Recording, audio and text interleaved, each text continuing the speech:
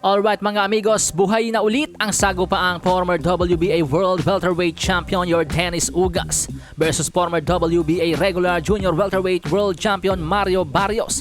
Ayon sa report, ang Ugas versus Barrios ay magiging undercard ng Canelo Alvarez versus Jermell Charlo sa darating na September 30. At ang nasabing bakbakan ay magiging para sa WBC Welterweight Interim title.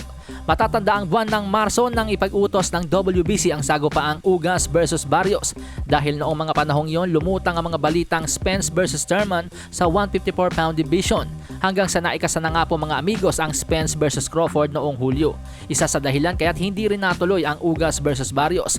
Ayon sa report ngayon mga amigos, ang sagupaang Yordenis Ugas versus Mario Barrios para sa WBC Welterweight Interim title, kung sino daw po ang magwawagi dito ay posibleng ma-elevate as WBC Full Champion kapag nag-decide si Errol Spence Jr. na i-activate ang kanyang rematch clause kay Terence Crawford at maglaban ito sa 154-pound division. Kaya naman importanteng laban din ito mga amigo sa welterweight division.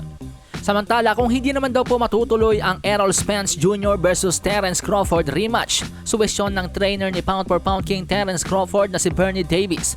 Kung siya lang daw ang masusunod, si former Unified World Welterweight Champion Keith "One-Time" Thurman ang kanyang lalabanan. At kung hindi si Thurman, si Jermell Charlo. Kahit pa daw matalo si Jermell Charlo sa paparating nitong laban kay Saul Canelo Alvarez sa September 30. Jermell Charlo still undisputed junior middleweight champion kahit pa matalo ito.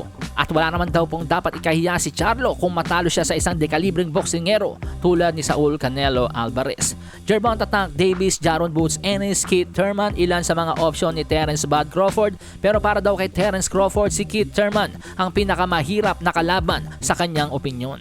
Maaaring hindi maging favorite sa laban si Keith "One-Time" Thurman, pero magaling mag-promote ng laban si Thurman at mabenta pa rin, ayon kay Bernie Davis. Sa iba pang balita, ayon sa report ng Fight News Asia, Takuma Inoue, ang nakababatang kapatid ni The Monster Naoya Inoue, idedepensa sa kauna-unahang pagkakataon ang kanyang WBA strap sa bantamweight division kontra sa dating junior bantamweight world champion Filipino Pretty Boy Jerwin Angcahas sa darating na November 15.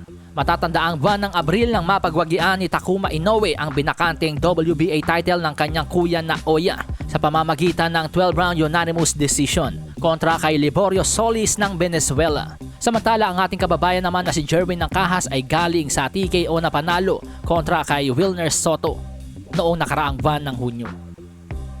Sa hinang baraha, patunayan mo sa akin ha, sino man